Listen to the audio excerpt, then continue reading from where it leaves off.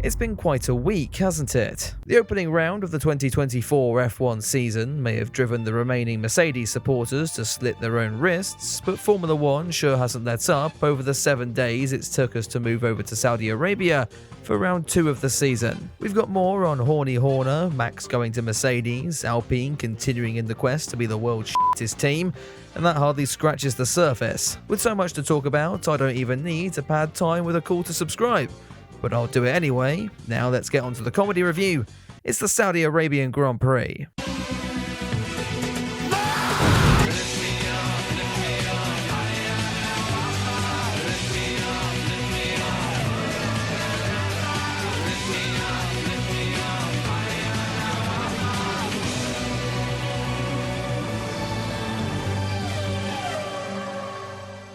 Right then, news time, and as I hinted at in the intro, we've got a rather lot to get through. With Max Verstappen dominating the opening round in Bahrain, all looks set for the Dutchman to continue his trend of ruining the sport's viewing figures. Thus, in an attempt to get us all talking again, he's off to Mercedes. Apparently.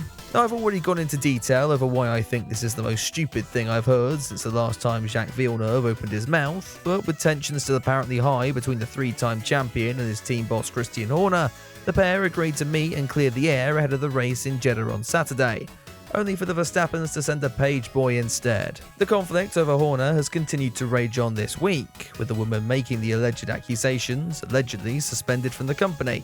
And I appreciate that this has rather pissed off the people of F1 Twitter, but can we really expect Horner and Red Bull to go, "Oh, so you've just spent the last month trying to ruin my career, but that's okay. I'll see you on Monday." Yeah, I don't think so. Several rather interesting stories have broken since then, some claiming that the woman was recommended for the job by Jerry Horner herself, others implying that Jos Verstappen had a fling with her, and some suggesting the woman was actually Helmut Marko in a wig. Okay, I may have made that last one up. Also in the news was Saudi Arabia itself, which seems to be a running trend in the last few years, but for once, they were doing something that people actually agreed with. The country revealed its plans for an overhaul of its Grand Prix, with a new venue featuring a corner which I swear to f***ing God was copy and pasted from a Mario Kart track. The layout also features the cars racing a roller coaster down the back straight, which I imagine will cost you and your entire extended family's kidneys to ride. My only concern actually lies with that 120-metre tall corner. Picture this, it's 2036, Verstappen has won his 15th title, the F1 Kids presenters are still in rehab after their latest drug overdose, and Lance Stroll, still driving for Aston Martin and now suffering from early onset dementia, decides to have a Zhou Guanyu style accident over there. I mean, that's one way to end your career, or will he just get picked up by Ben Sulayem in a cloud? Or maybe not, because Big Ben found himself in the news as well. A whistleblower within the FIA opting to reveal that the president was actually a huge fan of Fernando Alonso, which sounds innocent enough. Then we get on to race fixing. Sulayem is alleged to have overturned the penalty that knocked the Spaniard off the podium at last year's event, and was later also accused of attempting to tamper with the Las Vegas Grand Prix, which I think was really unnecessary, given the venue was doing a rather good job of that themselves. Regardless, can we just get on to FP1? Wait, hang on, what's that?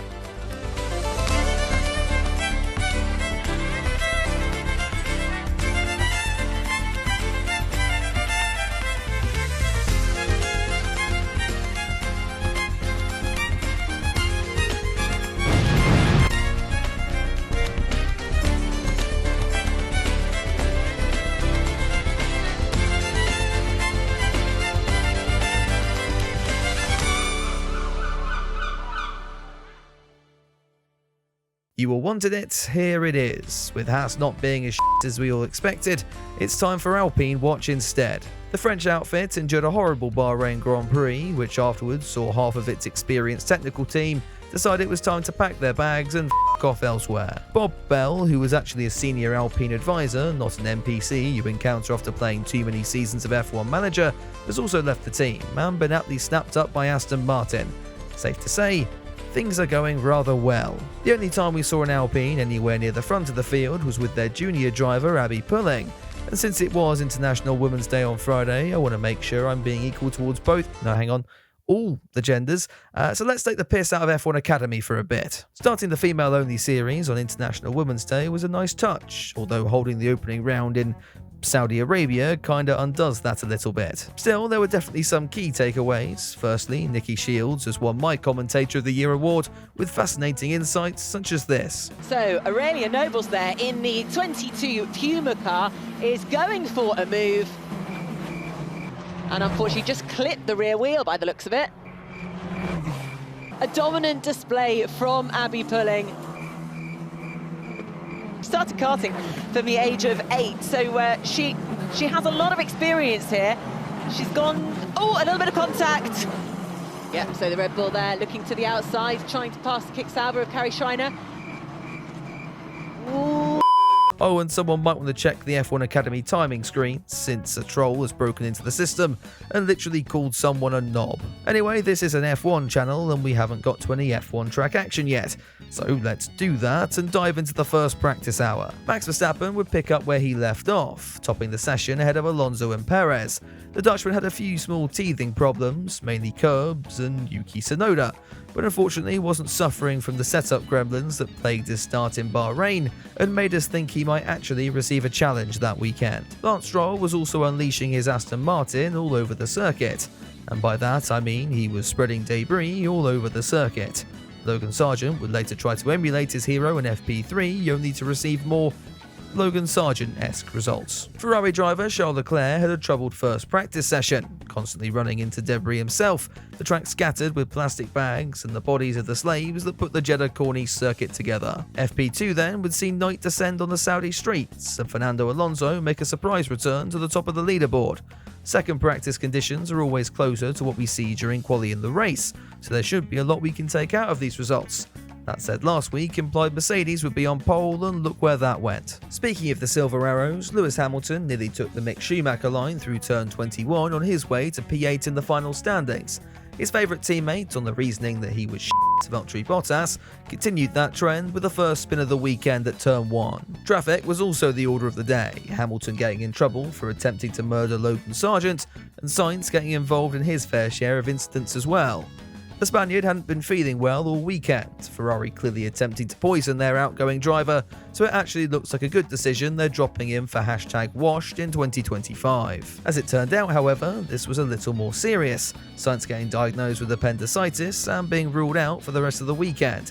That meant Ferrari had to promote British F2 driver Ollie Bearman at short notice, so I guess that's curtains on the whole Lewis Hamilton being the first British Ferrari driver in half a century stat then. Bearman had only FP3 to acclimatise before qualifying, which was shortened even further when Zhou attempted his teammate Scandi flick from Thursday, only to find himself one with the barrier instead. Verstappen would also hit something on his way to the fastest time, though didn't know what it was.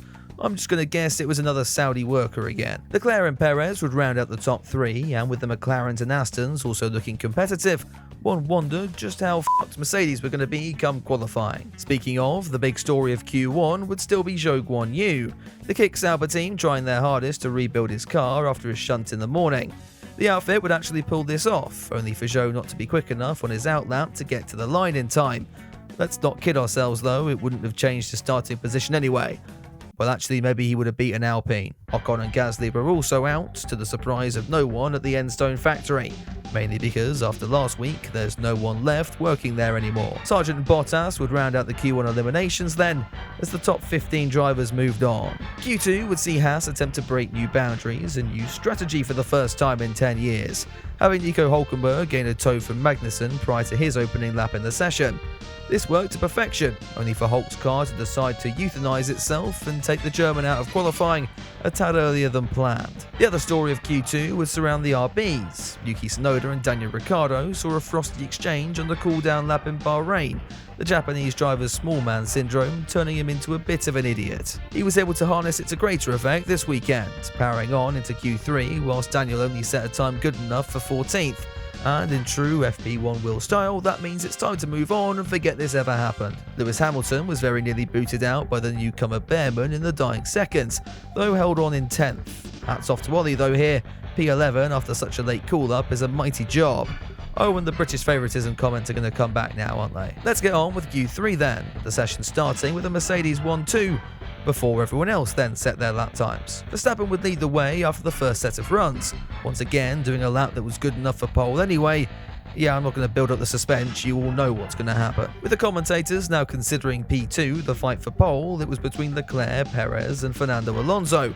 The Spaniard doing a sterling job in the opening 2 sectors, though lost time in the third, condemning him to P4. Charles will start alongside Verstappen then for the 5th race in a row, and whilst normally I'd make a joke about how unpredictable the race will be, then cut to the 5 lights, the F1 news saga was apparently still not done with this Saudi Arabian GP weekend. Following qualifying, someone made the wise decision to give Helmut Marko a microphone, the Austrian choosing to admit he might be facing a suspension from Red Bull as the team still investigates the Horner situation, and more specifically the Google Drive, which definitely isn't the real Google Drive, being leaked to everyone in the paddock. All of a sudden, Max Verstappen appeared to care about his upper management, this time threatening to leave if his team did conduct disciplinary procedures against the team's top brass. And whilst details are still scarce, Marko's apparent suspension really leads to one frightening conclusion. Could he have been the mystery woman all along? With a terrifying image of Horner railing Helmut from behind in your heads, let's get to those 5 red lights. Quickly. It was an even start from the front 2, Leclerc having to defend from Perez into the first corner. Lando Norris got the best getaway of anybody, which is a bit easier when you jump the start. There was only one casualty on lap 1, that being Pierre Gasly's gearbox, which remembered it was French and thus flew the right flag, taking its pilot out of the Grand Prix. Up at the front, Perez was able to get down the inside of Leclerc, and with the race pretty much over on lap 4, we can continue to fawn over Ollie Behrman for the remainder of the Grand Prix. He had handled himself brilliantly at the start, and was about to make his first ever overtake. Lance Stroll gifting him P10 by forgetting to use his steering wheel at turn 22. Hats off to his engineers though, who asked him if he could still bring the car back after this. That brought out the safety car, meaning the 4-second gap Verstappen had pulled at the front of the field now meant nothing. Oh, whatever will he do? We got a flurry of action in the pit lane, Norris and Hamilton staying out and thus jumping up into the top 3. Lando would therefore lead the field away on lap 10. He got the jump on Verstappen behind, which I'm sure was a mild inconvenience for the Dutchman. Sure enough, he sailed by 2 laps later.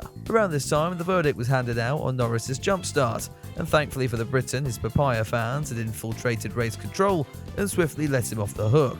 Sergio Perez wasn't so lucky, the Mexican being slapped with a 5-second penalty for an unsafe release in the pit stops. Still, could always be worse. You could be Kevin Magnussen.